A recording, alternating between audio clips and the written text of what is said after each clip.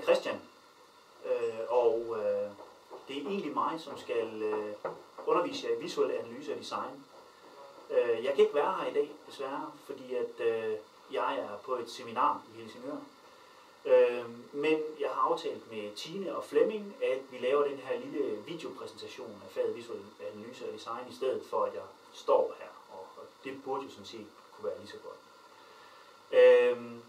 Det I skal i det fag, jeg skal undervise i, er, at I i virkeligheden skal uddanne jer til at kunne samarbejde med forskellige grafiske faggrupper, når I nu engang kommer ud i virksomheder og skal være kommunikatører. Det vil sige, at I skal cirka kunne snakke med en webdesigner, og I skal kunne snakke med en fotograf, og I skal kunne snakke med en trykker osv. Så I skal ligesom have et fagligt vokabular, som gør, at I kan det.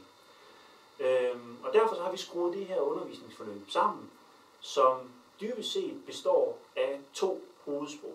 Det ene er en teoretisk indføring i visuel semiotisk teori, og det andet er en indføring i nogle praktiske produktionsmetoder, så I også får et indblik i, hvordan man rent faktisk laver visuelle produktioner.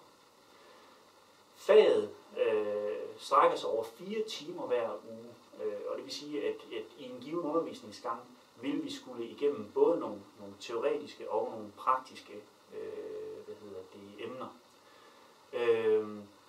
Undervisningen vil være skruet sådan sammen, at jeg kommer til at forelæse noget af tiden, og så vil der være nogle øvelser og diskussioner. Og så vil I også skulle tilbringe en del tid ved nogle bærbare computere. Vi har en del med i et rullende pengeskab, som I kan få lov at bruge, hvis I ikke selv har bærbare computere og software, som kan bruges til faget. Og på de maskiner vil vi så skulle løse forskellige opgaver i for eksempel Photoshop eller InDesign. De mere sådan teoretiske emner, vi kommer til at berøre, er nogle helt klassiske grafiske discipliner, såsom farvelære og formlære og layout-teori. Og så vil der også være en del billedkompositionsteori indbygget i faget. Og hele det her teorikompleks vil blive præsenteret fra noget, som vi kalder multimodal socialsemiotisk teori. Det var et langt ord, men det kommer I til at høre mange gange. Altså multimodal socialsemiotisk teori, som er en sådan nyere visuel semiotisk teori, og som giver nogle rigtig, rigtig gode redskaber til at analysere mange forskellige former for visuelle produktioner, fra blade over tv-produktioner osv. Faget er som sagt 4 timer om ugen. Det andrager 10 ECTS i jeres samlede studieforløb, og når I nu en gang efter 13 ugers undervisning kommer frem til at skulle afvikle en eksamen i faget, så vil det ske i form af en fri hjemmeopgave. Det vil sige, at I skal ud og lave en lille afhandling på en 12-15 sider, som I selv skal lave en problemformulering til.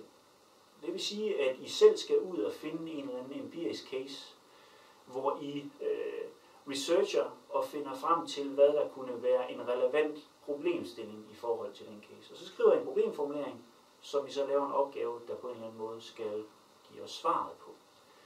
Så jeg skal skrive den her lille afhandling, den her lille teoretiske afhandling på 12-15 sider, og så skal I ikke mindst også lave 2 siders visuel designproduktion. Og det kommer vi til at snakke meget mere om, hvad det betyder. Men groft sagt, så er det noget med, at I skal lave 2 siders design, og det kan være 2 sider i en brochure, eller de 2 sider på et postkort, eller 2 siders screendump på en hjemmeside, eller hvad det nu måtte være. Ikke? Så altså 2 siders design, 12-15 siders opgave. Det er det, I skal præstere i fri hjemmeopgaveform til eksamen.